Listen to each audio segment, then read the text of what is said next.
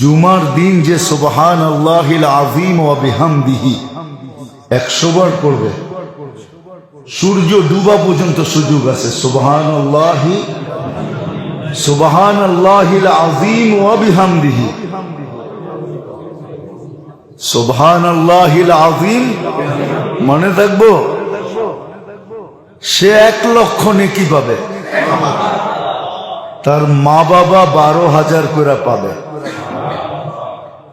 কিতাবে লেখা আছে, এক ছেলে পড়তো, কিছুদিন পরে মা স্বপ্নে দেখছে, তো মা বলতেছে, বেটা তুই যে পড়তেছিলি প্রত্যেক জুমায়, আর আমি 12,000 করে পাইতেছিলাম, আজকে পুরা হয়ে গেছে, এই জন্য আল্লাহ আমাকে আযাব থেকে খালাসি দিয়ে দিয়েছে।